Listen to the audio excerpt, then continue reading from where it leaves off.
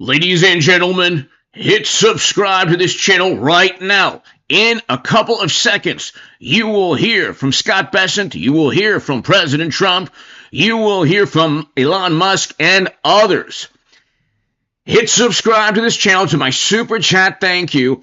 This is going to be a very simple explanation to all the hyperventilating, hysterical, morally superior, highly educated liberal Democrats who didn't care at all that prices increased over 20% during Biden's administration. Mortgage rates soared exponentially. Interest rates were spiked exponentially. Things got more expensive.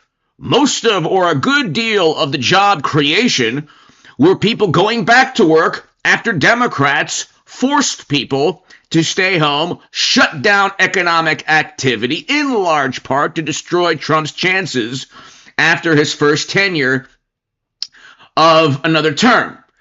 Trump won the popular vote with everyone knowing there would be tariffs. He won every battleground state with every American knowing that he would impose tariffs to bring back the middle, not only the middle class, but manufacturing, to ensure more equitable trade practices, to ensure that a future AI economy doesn't mean that only a high school graduate can't find work. This is not difficult to understand. In a couple of seconds, you will hear a whole bunch of people explain why the tariffs are very, very important, especially for the left, especially for people who like Bernie Sanders and AOC and Elizabeth Warren.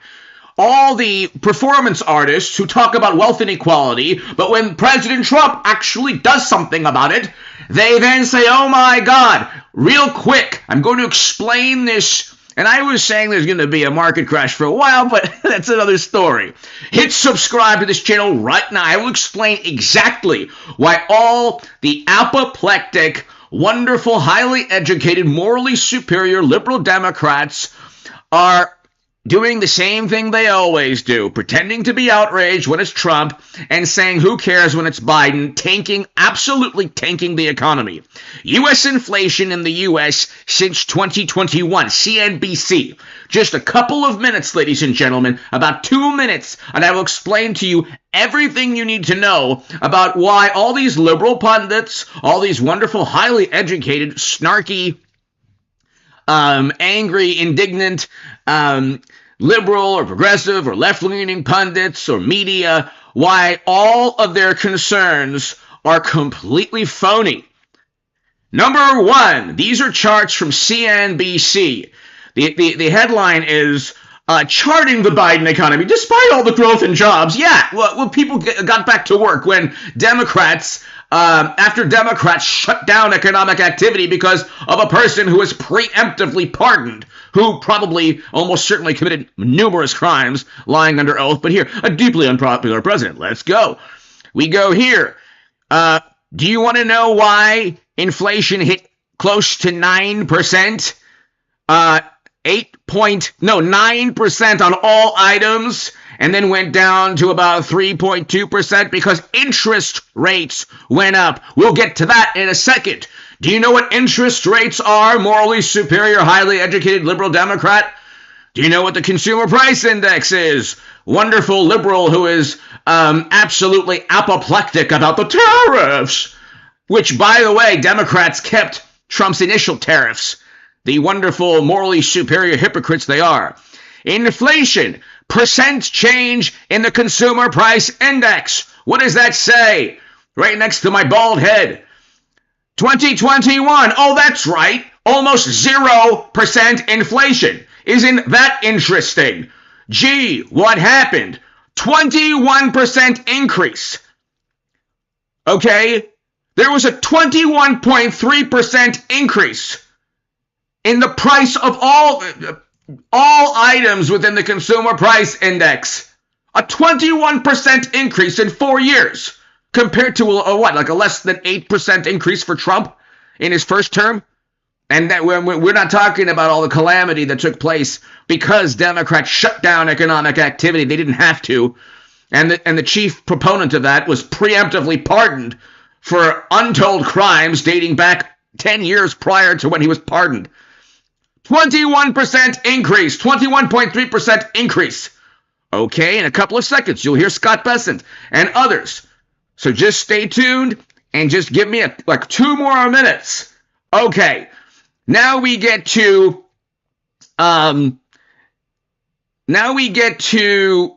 median price for a single family home in the U.S.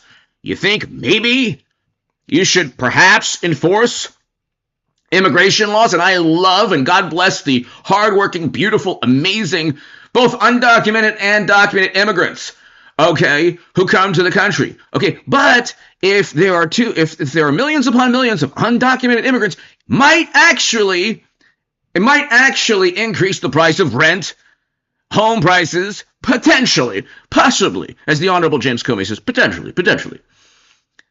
So we go from, in 2021, the median price was $311,000 to $410,000. Thanks, Biden. That's in addition to a 21% increase on goods. Oh, okay, what's this? Mortgage rates. Want to know why inflation subsided? In addition to Biden flooding the country full of strategic petroleum reserves after he went after the bad oil companies in the typical completely counterproductive economic policies of Democrats. And you can share this with all the morally superior among you. All the morally superior, highly educated liberal Democrats who are really upset with tariffs, man. He's taking the economy, man. Oh, what's this? Interest rates. Mortgage rates, 2.77% January of 2021, up to 7%. They went from over 2% to 7% in 4 years. And then people say, we can't afford a house. You vote Democrat. What did you expect? You vote against your interests. So the inflation went through the roof. And how do you think inflation, this is a macro trends chart, how do you think inflation subsided? Oh, morally superior, highly educated liberal Democrat who's really upset with tariffs, man. So upset. You have no idea. Oh, what's this? We had Fed funds rate of less than a fraction of a percent. Okay. Going into January of 21, it was a fraction of a percent. You can see it here. Then it goes from a fraction of a percent to 5.33%. All your credit card balances, and then you want to know what a 30-year fixed mortgage went from, really quickly, you can look here, went from a 2.96 or so. Where's January of 21? About 2.65. 2.65% for a 30-year fixed mortgage, according to the St. Louis Fed. Went all the way up to 7.76%. 3 times what it went from 2.66 in January 7th, 2.65, all the way up to 7.76% for a 30-year fixed mortgage.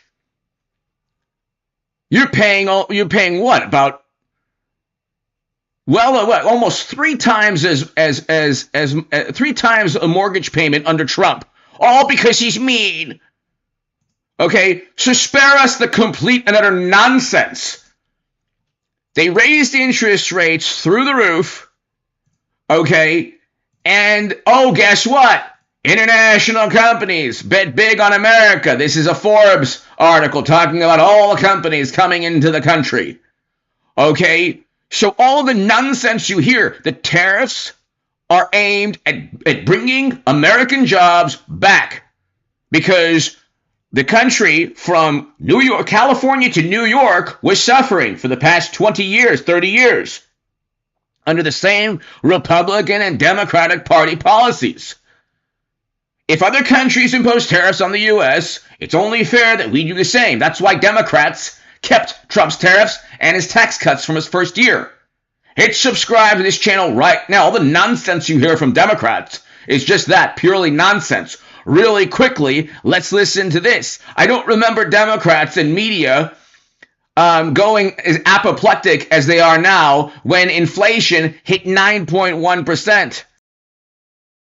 The CPI expected to be up 1.1% month over month. Year over year, we're expecting a gain of 8.8%. And these are the June numbers. And Cheryl Casoni is on it right now, waiting on these numbers to see a market move. Over to you, Cheryl. Wow, 9.1% year over year, much hotter than expected ever. Inflation hit 9%.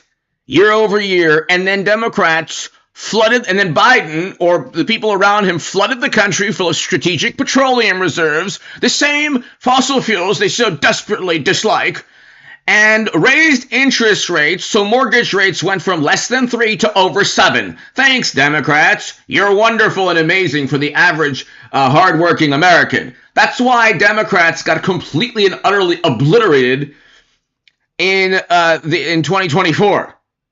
And if you believe all the performance art, oh my God, the tariffs. Do you know what tariffs are? Do you know what tariffs are? Do you know what inflation? Do you know what 20% increase in prices in 4 years? You know, what do you think that's about? You didn't care about that. You voted Harris. Who knows why? They just do it because it's like a sports. They think it's a sports team, or it's, you know, an atheistic political religion. It's like a cult. You vote Democrat, it's like a cult right now. But anyway, let's continue. This, of course, was in 2022 when Democrats said, who cares about inflation? Everybody, 1981, November 1981 is the last time that we have seen an inflationary number this high for CPI. Again, 9.1%. There you go, folks. That is the big story here. Now, let's go to that month over month. If you strip out food and energy, let me give you the annual year over year. That's higher than expected, too, the core. Not that we care about that because it's all gas and food, but even the core number coming in hotter than expected at 5.9%. We were only looking for 5.7% on the core. Again, strong numbers. Gasoline, a jump of 11.2%. New vehicles, a jump of 0.7%. Energy, 7.5% jump. Again, these are very, very hot numbers. Let's dig into the report. 1.3% is a 17-year high. That month over month of 1.3%, that is a 17-year high. Now let me get into this because I know we want to look at shelter, we want to look at energy, we want to look at airfares. All of that information is in the report. Okay, first, let's give this. Here's what the Labor Department is saying. Everything was broad-based. Gasoline, shelter, and food were the largest contributors to this report. Gasoline, shelter, and food all contributed to around a 9% inflation increase. And did you hear Democrats say anything? Do you want to know what they were saying prior to this? I think even during this, that it was temporary. Then they signed the Inflation Reduction Act, which did nothing other than help increase inflation even further by shelling money, hundreds and hundreds of billions of dollars, like all their spending programs. They said, oh, we, in one of the bills, one of the spending packages, oh, we cut childhood poverty in half. No, you didn't, imbeciles. You created the poverty when you shut down economic activity because of a man who was preemptively pardoned. Then, after parents couldn't work, families couldn't work, you then called for an eviction moratorium. The same imbeciles who prevented Americans from actually working and earning a paycheck said, oh, you can't pay your rent? Oh, we'll be the morally superior Democrats. We're such good people and moral. So then they said eviction moratorium, man. It's like, well, okay. Then the country was in shambles economically because all these wonderful Democratic governors shut down economic activity. The president, just like a federal judge can't tell the president what to do in foreign policy, which is what you're seeing now, a president can't tell a governor what to do in terms of state policy. If a liberal Democrat in a major blue state wants to shut down his economy, that's not Trump's policies. Okay, that wasn't Trump. That was the completely apoplectic response from Democrats who took their marching orders from a guy who spoke like this, who was preemptively pardoned. So, again, they caused the poverty, and then they say, oh, we shelled out hundreds and hundreds of billions of dollars, so we cut poverty after we caused it. It's like, we had a record low in poverty with Trump and a record highs in household median income before March of 2020. Okay, before Biden and Democrats completely tanked the economy and prices were 20% higher after 4 years of Biden, and interest rates were exponentially higher. But let's continue. Energy index I gave you, 7.5% jump over the month. That was half of all items. The gas index alone rose 11.2%. Other major components were also rising. The food index rose 1% in June, as did the food at home index. That's a month-over-month number. But one thing I like to do is go through and look at the annual pieces of all of this, okay? Food year over year in total, a jump of 10.4%. That's year over year. Food away from home, that's what you're paying at restaurants year over year. That's a gain of 12.2%. Energy year over year, we're still at these strong numbers, 41.6%, folks. And then as far as energy commodities, 60.6%. One more strong number I'm going to give you here is that utilities, gas utilities, 38% jump. Gas utilities. And Bernie Sanders wanted to ban fracking. Even I wanted to do that back in the day. I was the biggest Bernie Sanders booster on the internet, according to the Huffington Post. I was the unofficial scribe of Sanders' most hardcore voters, according to the Washington Post. Why? Because unfortunately, for most of my life, especially, that time period, I was somewhat indoctrinated by this liberal ideology. Thank God Almighty, I was able to break free from that really tribalistic mentality. Okay, if Biden was a good president, I would have said he was a good president. He was objectively one of the worst we've ever had. What he did to the Democratic Party was worse than what Carter did to the Democratic Party. And what they did was ignore inflation, allow prices to increase 20%, lower the inflation rate by increasing interest rates. That's why people can't afford mortgages in New York or Los Angeles or all these major cities. Can't afford a mortgage. Can't afford a mortgage on $1.5 million, $2 million home or more. You can't afford a mortgage because mortgage rates went exponentially higher from over 2% to over 7%. But then they say, oh, we took care of inflation. You flooded the country full of fossil fuels that you claim to be against with the strategic petroleum reserves, while at the same time going after oil companies because you're so moral and wonderful. You wouldn't touch AOC's Green New Deal with a 1,000,000-foot pole. You didn't. They don't even believe anything they claim to believe in. But let's continue. Up year over year. New vehicles, 11.4% year over year. So again, folks, we are looking at a very strong report. Again, that shelter number, 5.6% was the jump year over year. And Maria, I know you always look at shelter because people are feeling this. That even month to month was a jump of 0.6%, folks. So people paid more for shelter, for rent, for food, and for gas. That's why Biden and Democrats were completely politically obliterated. So now we have to hear the end. Oh my God, the tariffs! Oh, but the tariffs will increase prices. Where have you been? Were you living under a rock? Wonderful, morally superior, highly educated liberal Democrat who voted Harris? Harris said she wouldn't change any policy. Okay, after, by the way, Biden won his primary. We don't have to get to that. He won his primary. Not that they care. It's very bizarre. The man won his primary. God bless him. Wish him long and happy life. I'm not like a rabid liberal Democrat, but he was mumbling and stumbling. He was one fry short of a happy meal. Okay. Then George Clooney allowed the country to, oh my God, we actually were able to believe our lying eyes. George Clooney said, okay, you can go ahead and acknowledge that he, has major possible cognitive issues. and then they removed him after he won his primary. What they did to Biden was like a million times worse than what they did to Bernie Sanders, which was a complete catastrophe and travesty. But let's continue. We'll get to Scott Bessent in a second.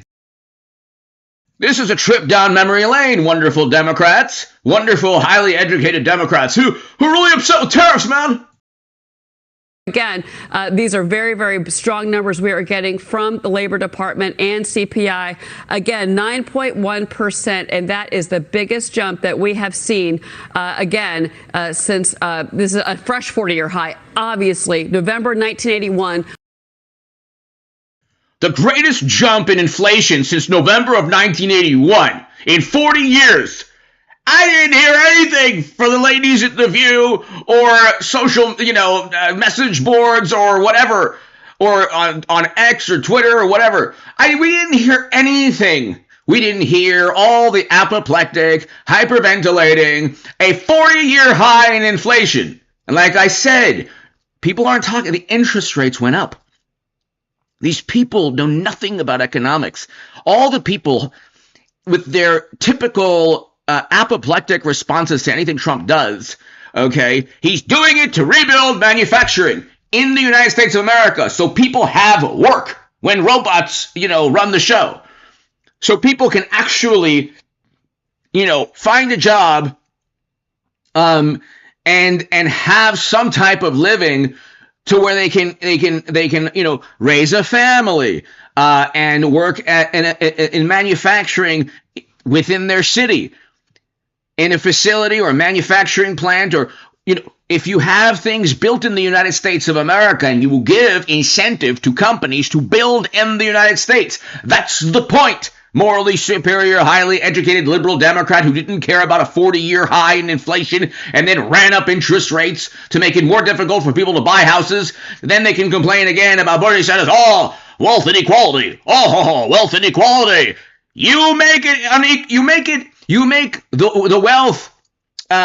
You allow the inequality to take place, Bernie, because you side with Democrats on everything, and even his policies are terrible. When you look at it from a macro perspective, what? Single payer? Where's the bill? Green New Deal? They're not running on Green New Deal. If you think tariffs are bad, at least tariffs are meant to rebuild American manufacturing, to ensure that other countries don't steal intellectual property, to ensure that other countries don't dump steel, for example, or break global trade practices without any repercussions. Okay? But, where are these left-leaning ideas that are being implemented by the Democratic Party? They're nowhere to be found. The point is Trump's tariffs, there's a reason for that. There was no reason for Biden's inflation. There was no reason for Biden's interest rate other than to address the inflation that they claimed wasn't taking place, just like they claimed Biden was totally fine upstairs. But let's continue, then we'll get to Scott Bessent in a second.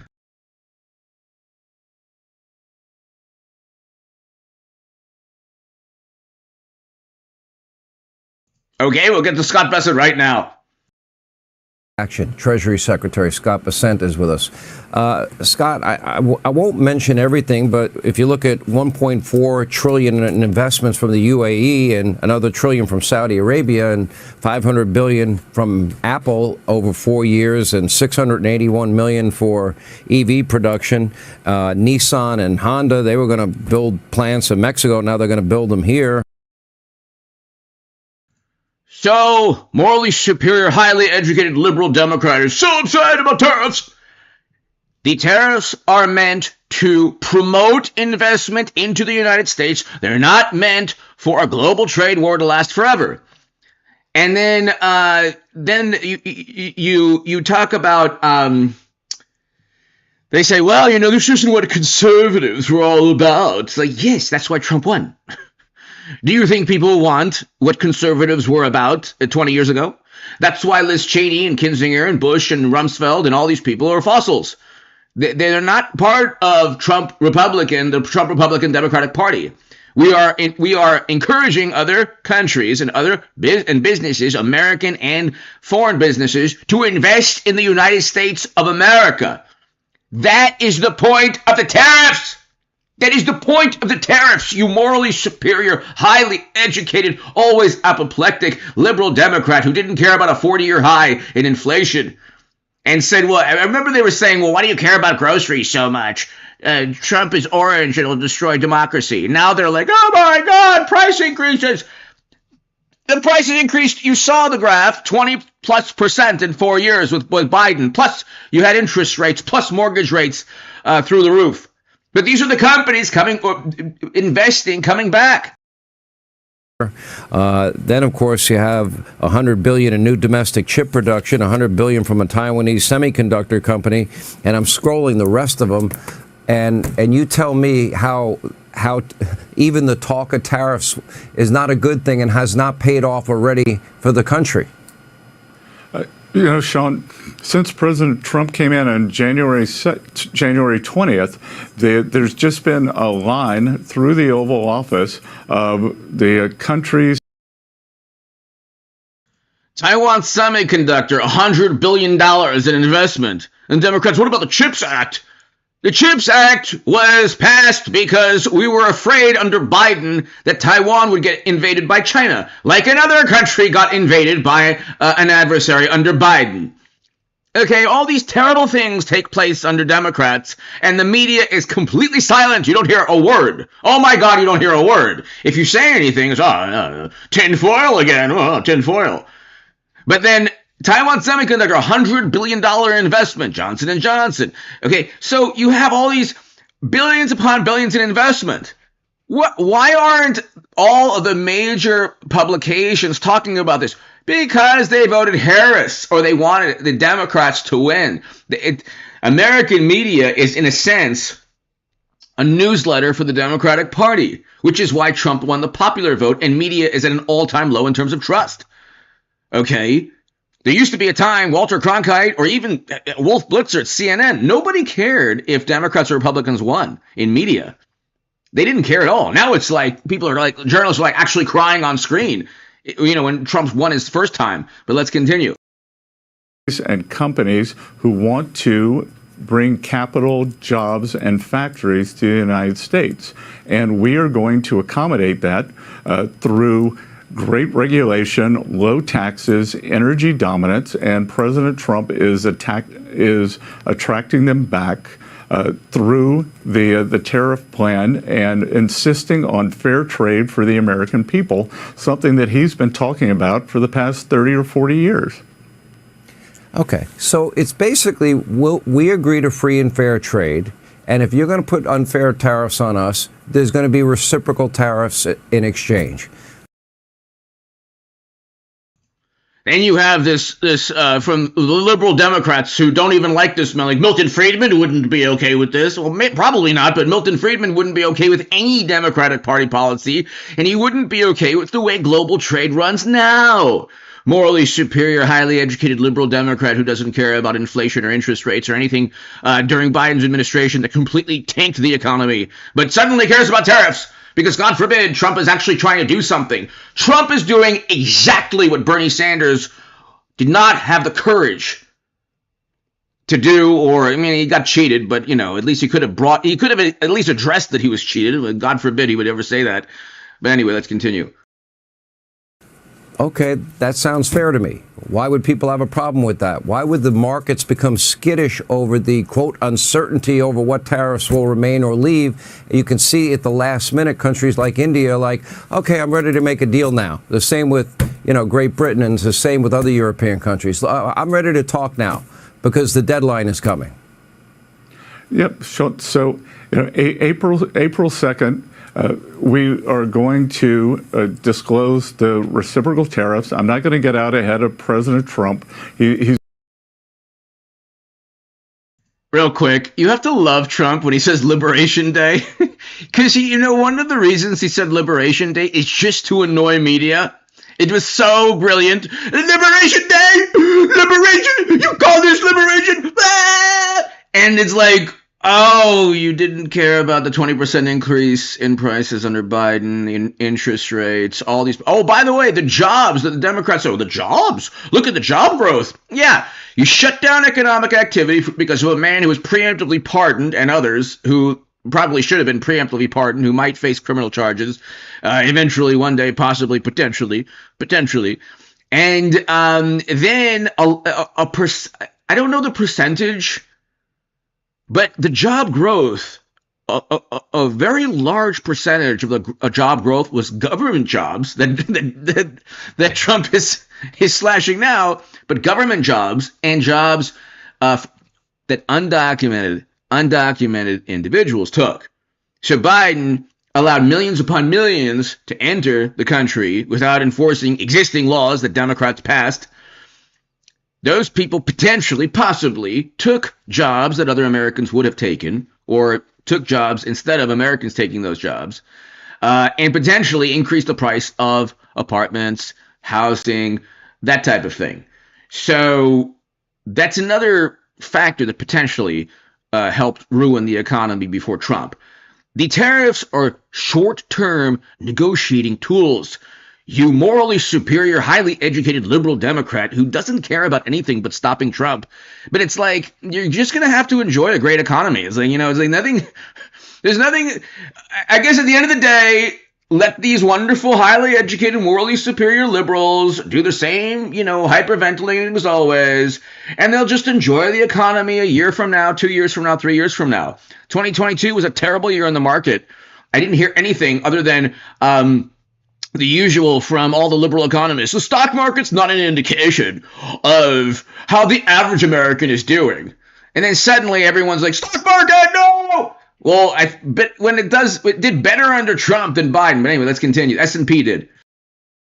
He's going to announce them 3 o'clock on Wednesday. And I think for the first time in decades, probably since I was a college student, we're going to see a fair trade, and everyone will have the opportunity to lower their tariffs, lower their non-tariff barriers, stop the currency manipulation, stop subsidizing labor, stop subsidizing, stop providing cheap loans, and they make the global trading system fair for American workers again. And if President Trump campaigned on this, he has a mandate, as you know. He had a substantial electoral college majority. He won all 7 swing states, and he won the popular vote. So he has a mandate to do this. He's doing what he promised he would do. Okay. He's bringing jobs home.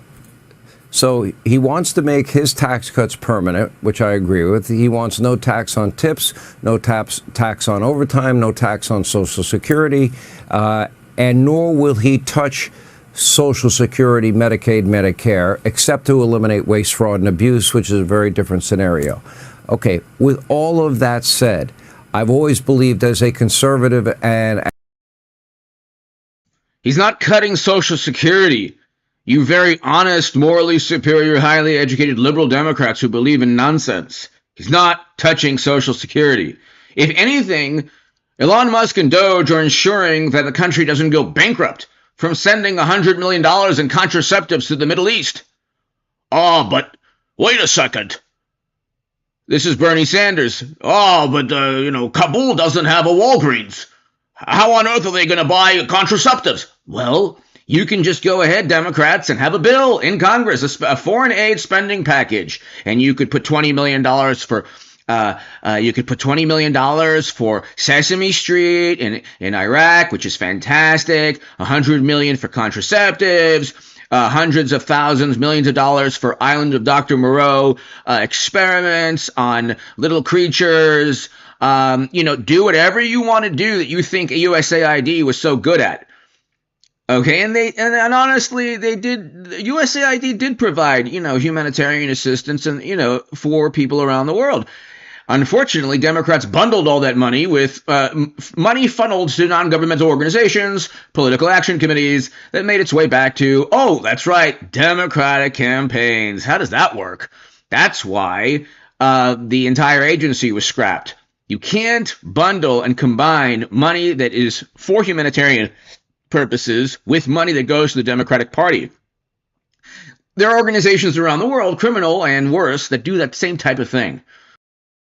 As a supply sider, that a rising tide lifts all boats. Reagan, by cutting taxes literally doubled revenues in 8 years to the federal government and created 22 million jobs. In the first 3 years of the Trump administration, his tax cuts resulted in the lowest unemployment rates for African Americans, Hispanic Americans, Asian Americans, women in the workplace, and African American youth unemployment.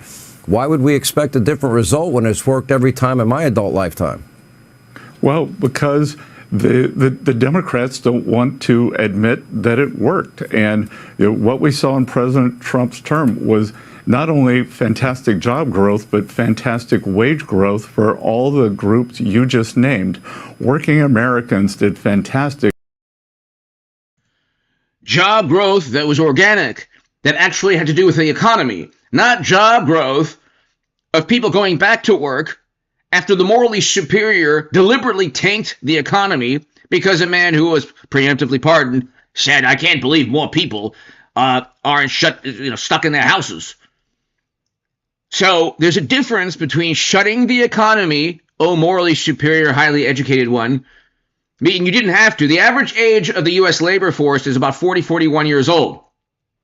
The average age of somebody who perished, God forbid, heaven forbid, terrible, from what was over 65. In 2020, it was 73 in some states. 73. Not the average age of the U.S. labor force. Yet everyone had to stop working! The entire country had to stop. Then it was fantastic. Then Biden was catapulted and won, yes. So he was the most popular candidate of all time, yes. And then less than 4 years later, he was forced out because Democrats were mortified after he, had a debate with Trump. But people went back to work. They went back to work. And then Biden said, "Hey, man, come on, man, cornflakes, man. I made all these people, all this job growth." And the media didn't even address it. They didn't even address the issue. They said, "Oh, it's fine, Look at all this job. It's fantastic, this job growth." People were going back to work after Democrats said, "Oh, you can go back to work." Under President Trump, that hourly workers did better than supervisory workers. The low-income households saw a higher increase in their household net worth than the top 10%. For the past 4 years, these folks have been getting killed. The bottom 50% has been eviscerated by high inflation, unfettered immigration, suppressing wages, and that's going to come to an end. We are going to make the cuts, or the 2017 tax proposed. I love hardworking immigrants, undocumented, documented. God bless them all. The problem is that even liberal pundits will not even refute this. They'll try to change the subject. If you have millions upon millions of people who are undocumented, wages could possibly be suppressed and prices for apartments and homes could go up. This is not rocket science. These are the same people giving economics lessons. Do you know what a tariff is? Do you know what a tariff is? A tariff! It's like, calm down. Do you think maybe millions upon millions of people who broke existing U.S. laws, and God bless them, I know that, the people trying for a better life, you think maybe adding millions of people into the U.S. economy could potentially raise the rent of homes or apartments, yes or no? Da-na-na-na. Of course, this is basic economics. You don't even have to be an economist. And so the unfettered, the unmitigated wave of majority wonderful human beings, undocumented, could have increased the price of rent, apartments, houses, homes, while at the same time suppressing wages. You think maybe that happened? Oh, morally superior, highly educated liberal Democrats, who, by the way, all suddenly became Milton Friedman.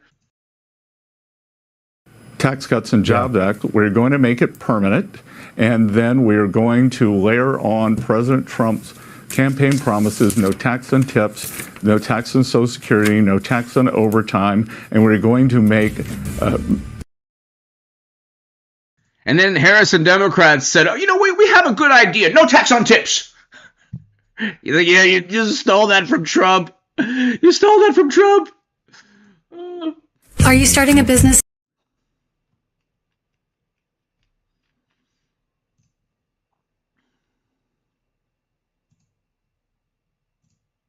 Auditioning. You were the only candidate that said if you didn't get selected, you would be disappointed. Well, you got accepted. So congratulations, Mr. Vice President. Thank you. Let's talk about some of the issues that matter to the American people. Sure. And it's the president's new tariff policy. And when I think about what he got elected on is to bring the cost down for people, but also bring manufacturing back to the country. That's right. Exactly. Bring manufacturing back to the country. What is, even Bernie Sanders wants this, but he's not courageous enough to say, you know what, Donald, you did something good. Congratulations, Donald Trump. You know what? Kudos to you, Trump. Kudos to you. I just want, what Debbie Wasserman said, I should stop talking. Okay, sorry. No, manufacturing in the U.S. is bad. Actually, it's really good. It's actually everything that I've been saying. Every Bernie supporter on the planet agrees with this. But actually, no, it's bad now. It should not happen. And I was told by the Democrats to stop talking. So I will go ahead like a curmudgeon with my long mittens, and they'll make a little, refrigerator magnet of me sitting at the inauguration, with the Sleepy Joe's inauguration. Oh, look, crotchety old Bernie. Oh, isn't he so cute? And I'll be reduced to a refrigerator magnet. That's basically my movement. The Bernie Sanders movement is akin to a bowel movement at this point, but whatever. It's about bringing manufacturing jobs back to the country. A morally superior liberal Democrat who suddenly became Milton Friedman.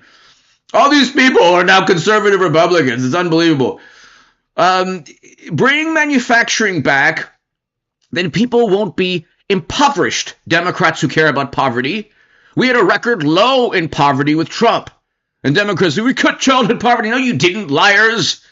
You caused the poverty, then they shoveled money and said, oh, look, then inflation went to a 40-year high. So how on earth did you touch poverty? You only made it worse. We had record low poverty with Trump, record highs in household median income. Now he wants to bring manufacturing into the country. Say it a million times. Say it a million times. Trump wants to bring manufacturing and good-paying, high-paying, good-paying jobs. So even if you don't have a college degree, or if you do have a college degree, you can work at a manufacturing plant or a place or business that makes products in the U.S., sells products in the U.S. and outside of the U.S. But no, we can't have good things, don't you understand? Because the morally superior, wonderful liberal Democrats who didn't care about inflation at a 40-year high are upset. These are going to kind of hit each other, right? Explain to us how you get manufacturing here, but also get the cost down for the American people. Well, if you go back a little bit, Lawrence, remember during the first Trump administration, everybody said that Trump's tariffs were going to be inflationary back then. What actually happened? We had 1.5% inflation. We had the fastest growing economy in a generation, and we had the beginning of a manufacturing renaissance in the United States of America. Then, of course, we had 4 terrible years of the Biden administration. But I think it's useful for all of us to step back and ask ourselves, what has the globalist economy gotten the United States of America? And the answer is fundamentally it's based on 2 principles: incurring a huge amount of debt to economy in a generation. Here, but also get the cost down for the American people. Well, if you go back a little bit, Lawrence, remember during the first Trump administration, everybody said that Trump's tariffs were going to be inflationary back then. What actually happened? We had 1.5% inflation. We had the fastest growing economy in a generation, and we had the beginning of a manufacturing renaissance in the United States of America. Then, of course, we had 4 terrible years of the Biden administration. But I think it's useful for all of us to step back and ask ourselves, what has the globalist economy? That phrase has nothing to do with my ethnicity or any ethnicity. It has nothing to do, that phrase that he just used, Okay? What Democrats do is they'll take words and they'll try to make a Pavlovian response associated with the words. Okay? Like, Marjorie Taylor Greene never used the word space lasers. Never. They literally fabricated the words, these essentially marketing executives within the Democratic Party. Journalists that literally, you have ABC News paying $15 million with George Stephanopoulos for defamation. You're going to see a lot more defamation cases in favor of Trump and Trump Republicans. Thank God. But the word that he used has nothing to do with an ethnicity. It has to do with the economic and political viewpoint that says put the world ahead of U.S. interests. By the way, if you have that viewpoint, not necessarily going to say that you're a bad person. I think it's a terrible viewpoint. I think you should always put the United States ahead of any interest. But if you have that viewpoint, you're not a bad person. But at least be proud of it. Democrats have the viewpoint, many liberal Democrats have the viewpoint that the world should benefit before the country. Or they use the phrase, our allies. I mean, you're not talking about conservatives in the countries that are allied with the U.S. You're talking about liberal Democrats or the left of the political parties within the countries that are allies. Okay? The conservatives within those countries, the Democrats don't care about. But anyway, let's continue. Gotten the United States of America?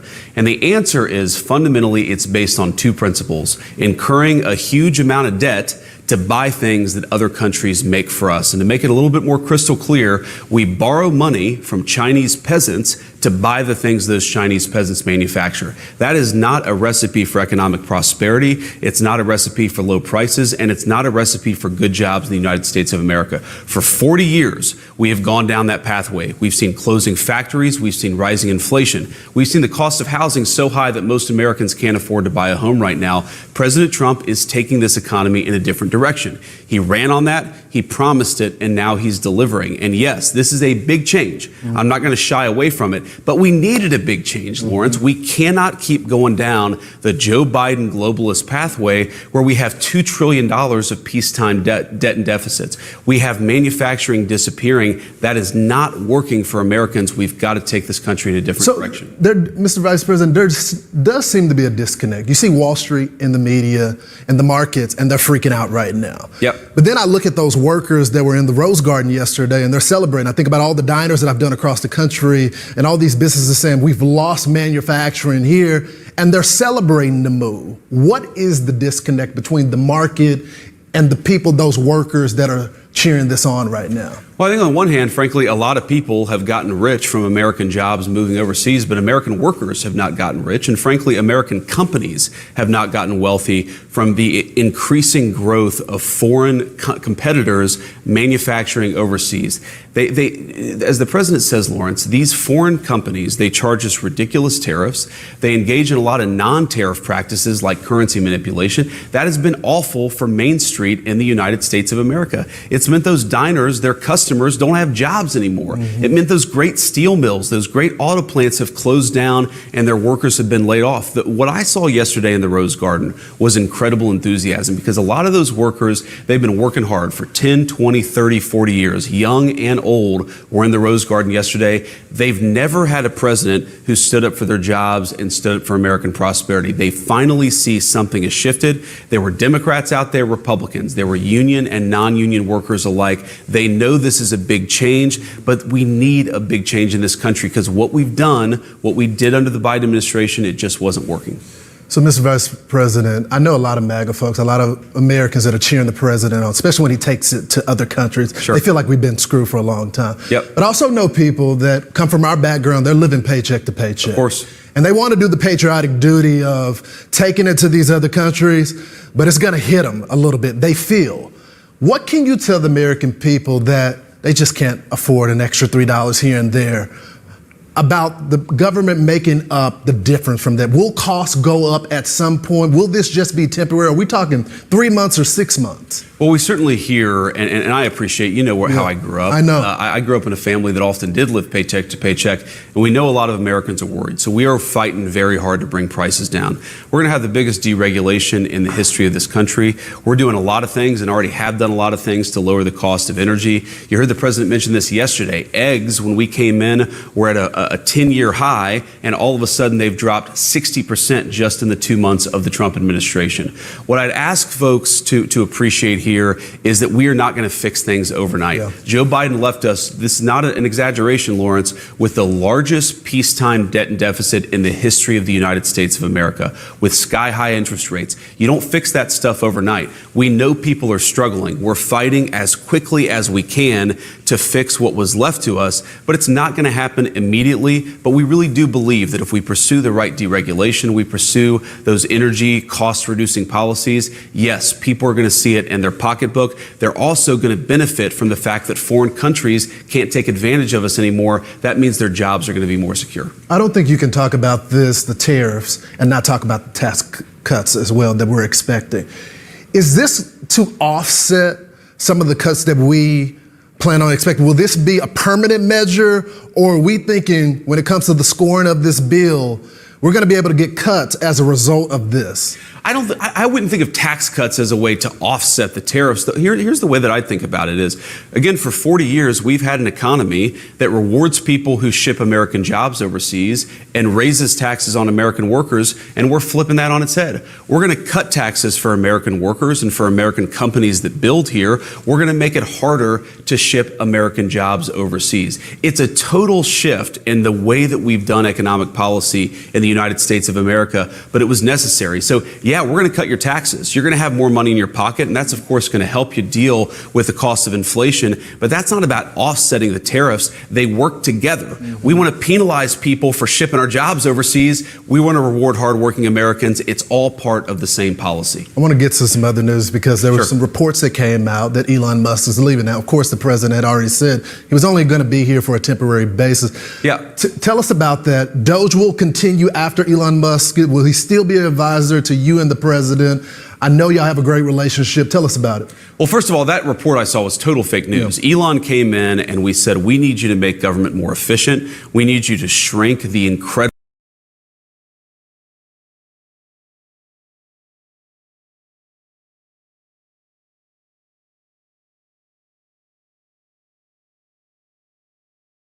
vast bureaucracy that thwarts the will of the American people, but also costs way too much money. And we said that's going to take about 6 months. And that's what Elon signed up for. But of course, he's going to continue to be an advisor. And by the way, the work of Doge is not even close to done. The work of Elon is not even close to done. You look at all of the fraudulent grants that they found. You look at people who are 150 years old, who are fraudulently collecting Social Security payments. You see our Social Security system, 40% of the people who are calling in are actually committing fraud. That means the 60% who need their Social Security checks are waiting in line. Doge has got a lot of work to do. And yeah, that work's going to continue after Elon leaves, but fundamentally, Elon is going to remain a friend and an advisor.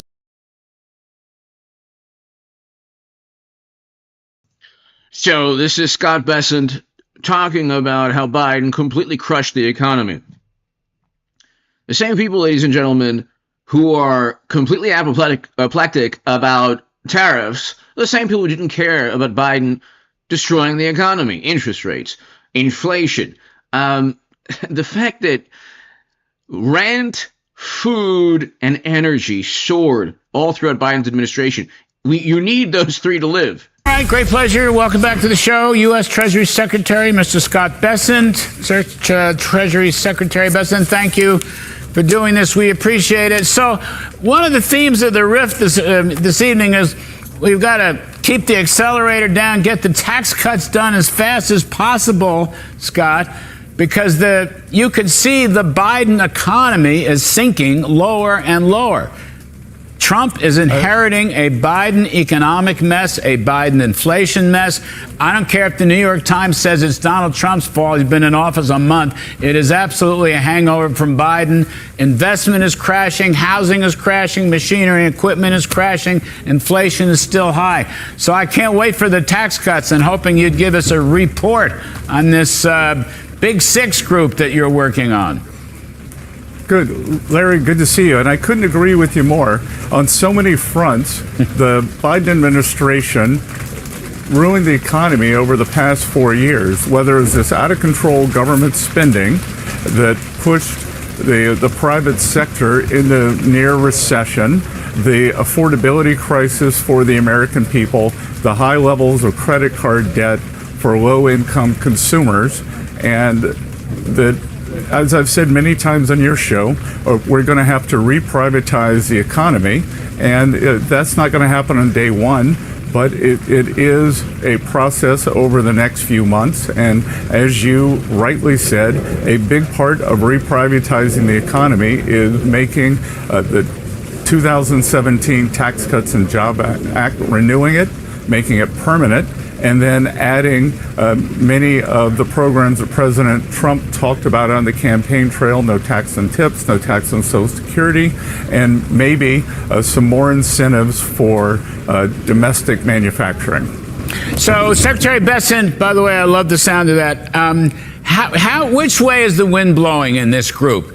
The House wasn't quite there with the so-called permanent tax cut. The 5 weeks, bond prices have gone up on the 10-year, and yields have come down. In the investment business for 35 years, and the bond market is really the ultimate voting machine, and that's why that when I did my first interview with you as Treasury Secretary, I really wanted to flag the 10-year, because that's what we're laser focused on, and more importantly than the 10-year rate is, since President Trump won in November, the spread between the 10-year and mortgages has come down. No.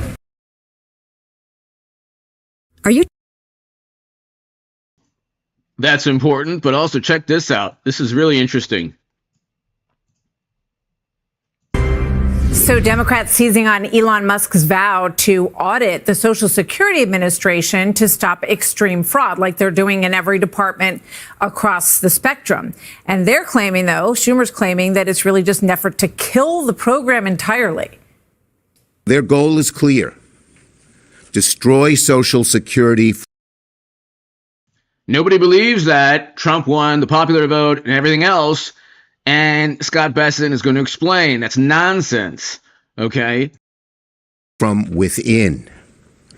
Make it so unworkable, so inefficient, that Donald Trump has the pretext to slash benefits, to kill it, and then privatize the program. All right, let's start there with Treasury Secretary Scott Bessent. Secretary, it's great to have you with us. Thank you very much for joining us today. Is that the goal, to kill Social Security from within, as we just heard from Senator Schumer? Martha, first of all, thanks for having me. And clearly, no. Senator Schumer seems a little discombobulated these days. He did the right thing on passing the clean CR. Last week, he's taken a lot of shrapnel from his party, and extreme statements like this are not helpful for anyone. The American people, when they voted for President Trump, voted for accountability, and whether it's DOGE, whether it is our efforts at Treasury and the IRS, we are bringing accountability and efficiency in, and we want to make things better for the American people. We want to ensure that they get everything that they have paid in, and their benefits are there when they need them, as they need them. So, Senator Schumer is way off base here. So, I mean, there's a difference, obviously, between eliminating waste and fraud, which you've spoken about a lot, and President Trump has spoken about a lot. still being able to give people all of the benefits that they paid into. But one of the ideas that has come up, and President Bush brought it up a long time ago, W. Bush, that maybe the Social Security, the money in Social Security should have some of it invested in the market. That idea got lambasted. People said he was, trying to risk their money in the risky stock market. So really quickly, blast from the past. This is a U.S. Oil and Gas Association president talking about Biden's policies. It's interesting. Biden went after oil and gas, and this is how he destroyed the economy. He didn't have any economic program. The tariffs are aimed at bringing back American jobs and manufacturing, the same thing that Bernie Sanders and AOC and Elizabeth Warren claim to care about, okay? You saw in the beginning of this live stream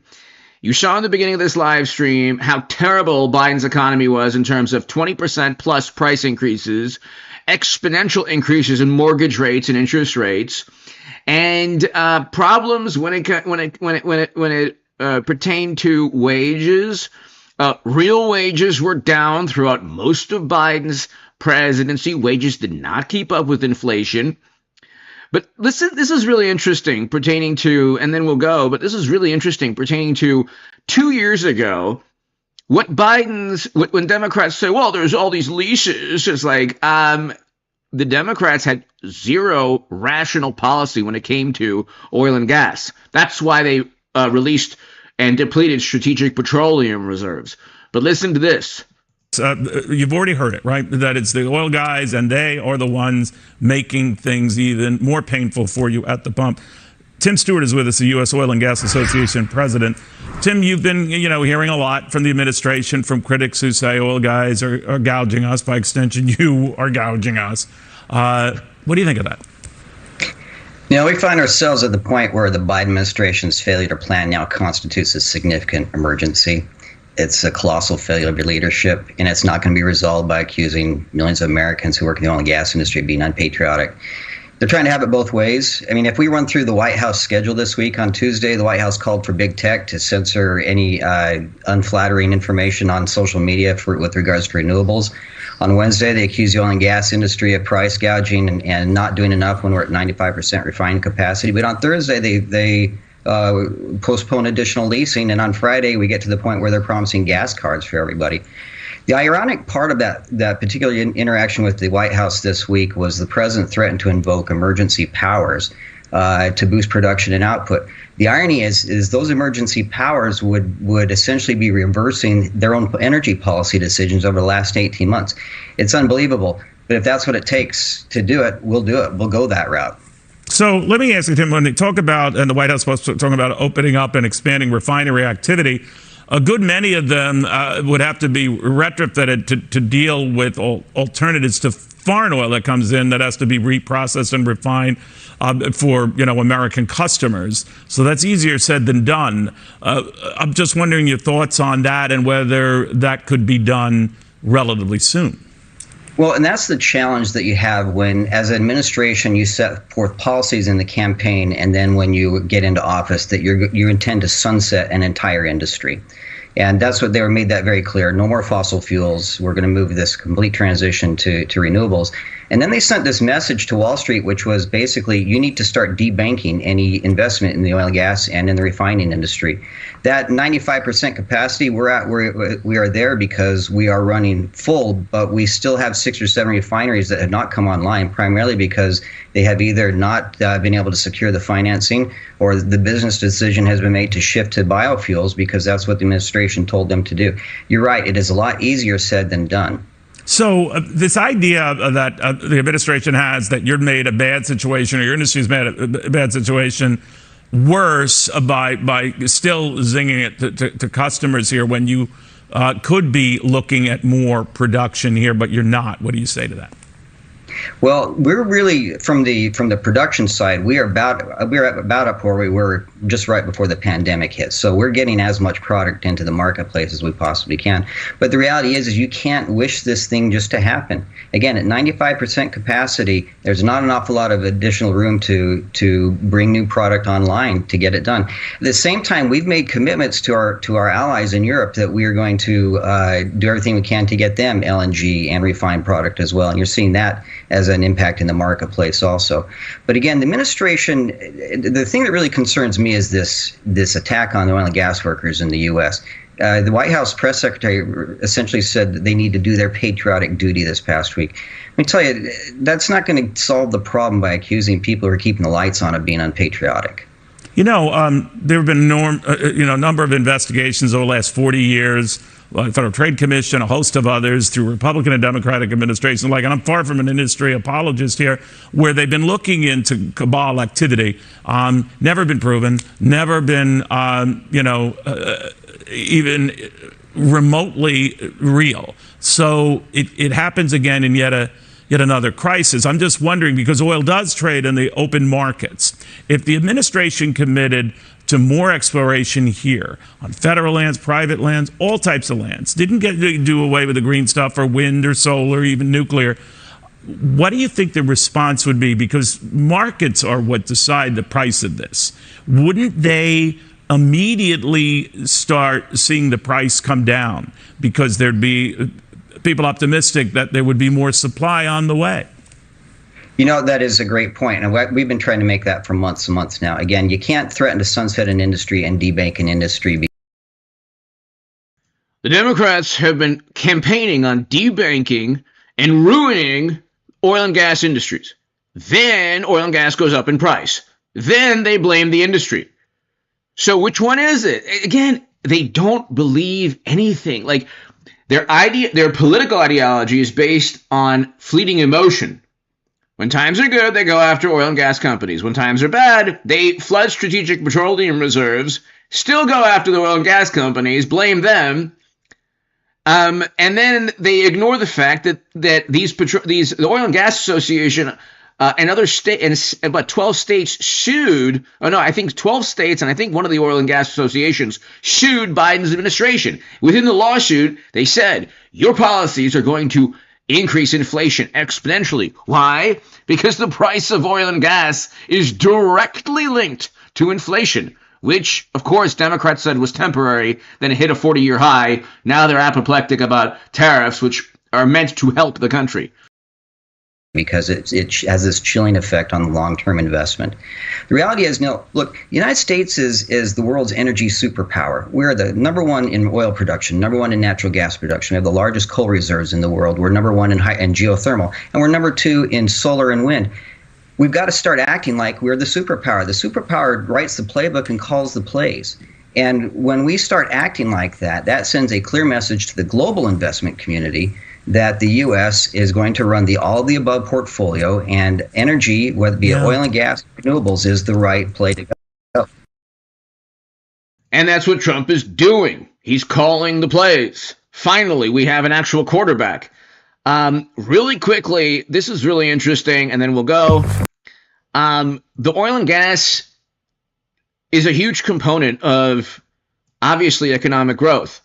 Kathleen Skama, Western Energy Alliance President. Kathleen, good morning. It is great to see you today, especially to break down this letter that the president said energy companies yesterday, where he scolded them.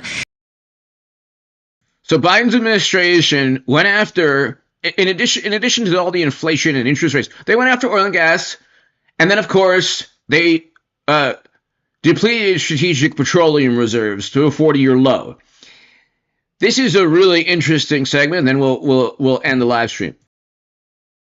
And one of the things that he said is that refineries, the companies that turn crude oil into gasoline, are not doing that at a high enough rate because they are charging more to turn a profit. Is that true?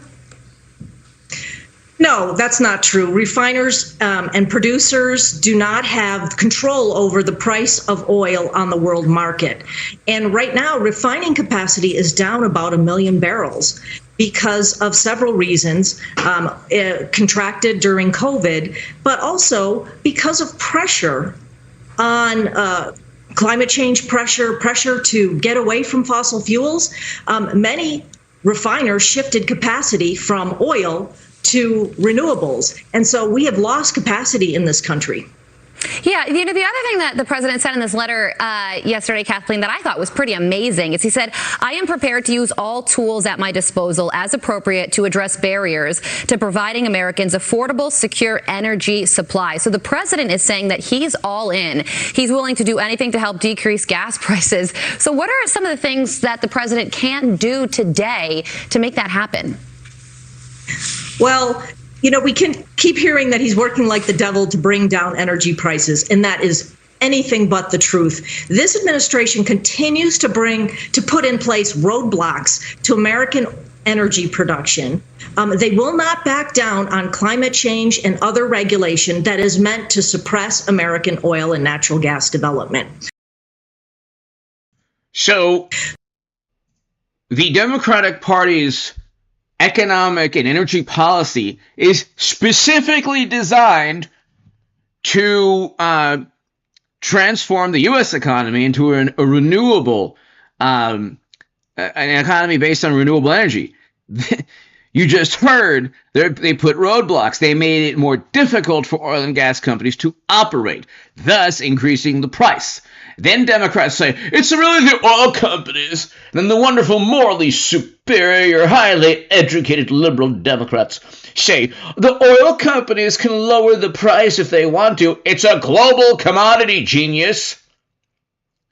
Okay? That's why you flooded the country. That's why Biden flooded the country full of strategic petroleum reserves. Because he wanted domestically for gas prices to go down artificially. These are the same Milton Friedman liberal. These are the same economists. These wonderful, morally superior liberals who all became Milton Friedman overnight, who artificially wanted to lower gas prices by flooding the country the way some countries do with flooding steel, with steel prices. But they wanted to flood the country full of strategic petroleum reserves, while at the same time going after oil and gas companies and making it difficult for them to operate. This is the completely counterproductive policy of Democrats. But they don't believe in their policies because they're constantly changing their tune. AOC 2 years ago was telling Biden not to listen to a lower court judge. Now, nobody's above the law. Oh, Trump, democracy. So when the president is now desperate because he's concerned that the public is getting it, they're blaming him for all of the things he's done since shutting down Keystone, to stopping leasing and all kinds of things that he's done to make it more difficult to produce American energy. And then now he's feeling the heat from voters and trying to blame it on us. Yeah, that's interesting. So when the president also says, this is sort of a fact-checking segment, and you providing the facts here to what the president is saying. When the president says that there are 9,000 unused leases and permits, and oil companies aren't drilling because they want to keep the oil in the. This is very important, ladies and gentlemen. This is the favorite talking point of the wonderful, morally superior, highly educated liberal Democrats who are pretty much wrong on most things and got completely annihilated politically in the past election. The ground so that there's a shortage of it and they can charge higher prices. Is that true? Leases and permits. You providing the facts here to what the president is saying. When the president says that there are 9,000 unused leases and permits, and oil companies aren't drilling because they want to keep the oil in the ground so that there's a shortage of it and they can charge higher prices. Is that true? Well, then he should talk to the environmental groups that they keep settling with, because we have about 5,900 leases that we can't develop on because it's held up in litigation. Now we've got 3,000 permits that the environmental groups are sued on because they don't want those permits to move forward and drilling to take place. So, he says all these things, but all of the actions are actually meant to stop production, particularly on federal lands and waters. How long, Kathleen, do you think prices are going to stay at these record highs that we're seeing right now?